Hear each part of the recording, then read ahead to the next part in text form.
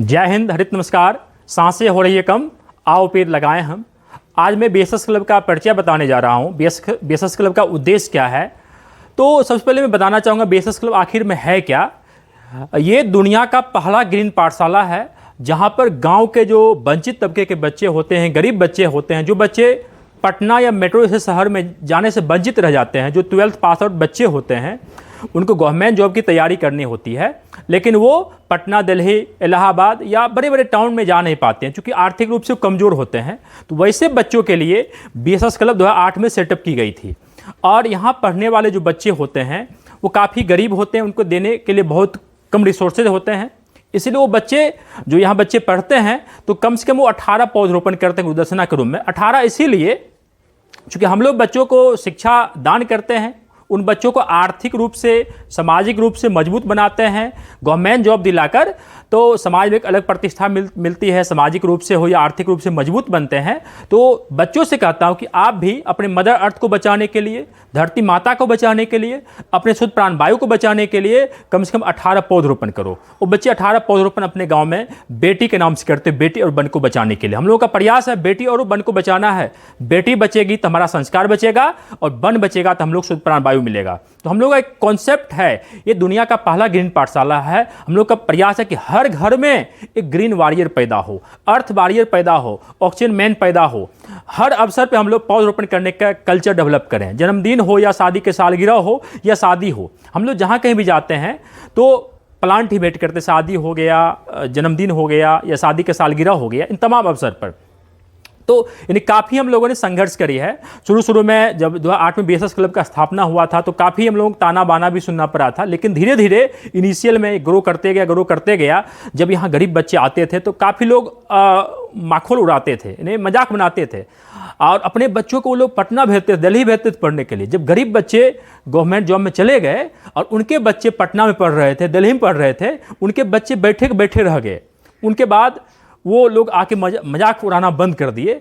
उसके बाद पैरवी करने लगे कि सर हमारे बच्चों को भी आप बीएसएस क्लब में एडमिशन कर लो। तो हम लोग कॉन्सेप्ट ये है कि हम लोग पास रिसोर्सेज कम होता है। हमारा ये बीएसएस क्लब कोई कमर्शियल क्लासेज नहीं है, ये एक तरह से गैर ये सहकारी संस्थाएं हैं, यानी गैर वित्तीय संस्थान है, यानी इसका 0 बजट होता है। तो हम लोग उसी तबके के बच्चे को यहाँ पर पढ़ाते हैं और गाइड करते हैं, उनको मुकाम तक पहुँचाते हैं। अब एक प्रश्न करिए थोड़ा कि सर आप किस लेवल के बच्चे पढ़ाते हो। मैं पहले बता दिया हूँ, जो 12th पास आउट बच्चे होते हैं उन्हीं बच्चे को मैं हायर करता हूँ।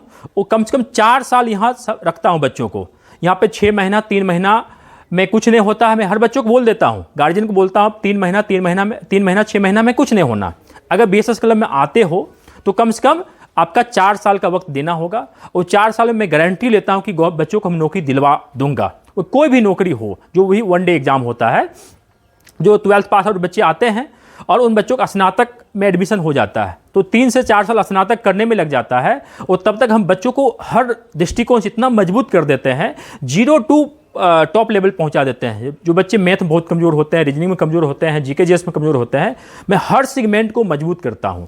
और मैं हर बच्चों से कहता हूं जो नॉलेज हमारे पास है, जितना क्वालिटी हमारे पास है, आप यहाँ पे पढ़ने के लिए नहीं आए हो, आप एज ए टीचर आप समझ लो कि जो जितना नॉलेज सर के पास होता है उतना नॉलेज हमारे पास होनी चाहिए। मैं हर बच्चों को कहता हूँ हर सेगमेंट को मजबूत कर लो। मैथ हो गया, मैथ का हर पोर्शन को महारत हासिल कर लो। जीके जीएस की बात है तो हर सेगमेंट को स्ट्रॉन्ग कर लो। और रीजनिंग की बात है या इंग्लिश की बात है या करंट अफेयर्स की बात है, अगर हर सेगमेंट आपका मजबूत हो जाएगा, आप जहां बैठोगे वहां रिजल्ट होगा। एक रिजल्ट नहीं, दर्जनों रिजल्ट होगा।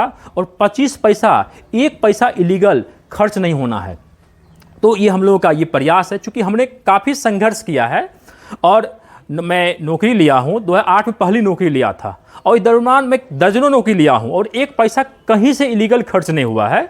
तो हमारा ये प्रयास था। मैं अपने बारे में बात करूं तो 3rd डिवीजन मेरा होता है।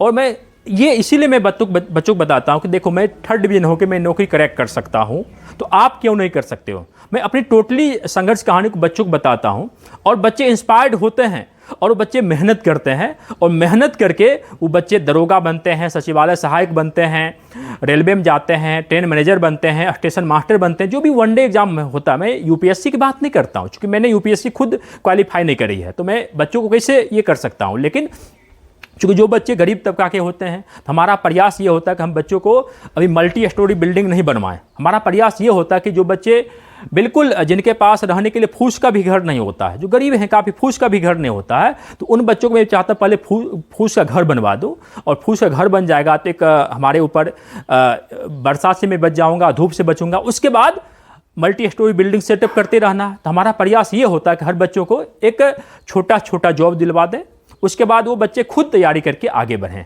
तो हम लोगों का ये प्रयास होता है। आज हज़ारों की संख्या में बच्चे हम लोग से इंस्पायर्ड होकर, डायरेक्ट हो या इनडायरेक्ट हो, वो बेनिफिट ले रहे हैं। और हम लोग का कोई निजी स्वार्थ नहीं है। हम लोग का प्रयास यह कि जो गांव के गरीब बच्चे हैं, यानी हम लोग का ये प्रयास होता है गांव के हर बच्चे बेसस क्लब टाइप का जो ग्रुप डिस्कशन सेंटर हर गांव में खुले, हर गांव के गरीब बच्चों को बेनिफिट हो, जो बच्चे पटना जैसे शहर में जाने से वंचित रह जाते हैं। तो हम लोग का यही प्रयास है। और जो बच्चे बेसस क्लब में ऑफलाइन भी आना चाहते हैं, तो वो भी ऑफलाइन भी यहाँ पे क्लास चलती है, लेकिन लिमिटेड बच्चों का यहाँ पे एडमिशन होता है। जो काफ़ी गरीब बच्चे होते हैं, जो नीडी बच्चे होते हैं, उन्हीं का यहाँ पे एडमिशन हो पाता है। चूँकि हम लोग का उतना सामर्थ्य नहीं होता है। जो सामर्थ्यवान बच्चे होते हैं वो बच्चे प्लीज़ यहाँ पे नहीं आए। उनके पास सामर्थ्य होता है तो वो बच्चे बाहर जा पाते हैं, और जिनको पास रिसोर्सेज कम होता है वही बच्चे यहाँ आएँ। चूँकि हमारे पास लिमिटेड यहाँ पे जगह होते हैं, तो लिमिटेड बच्चों का एडमिशन हो पाता है ऑफलाइन में।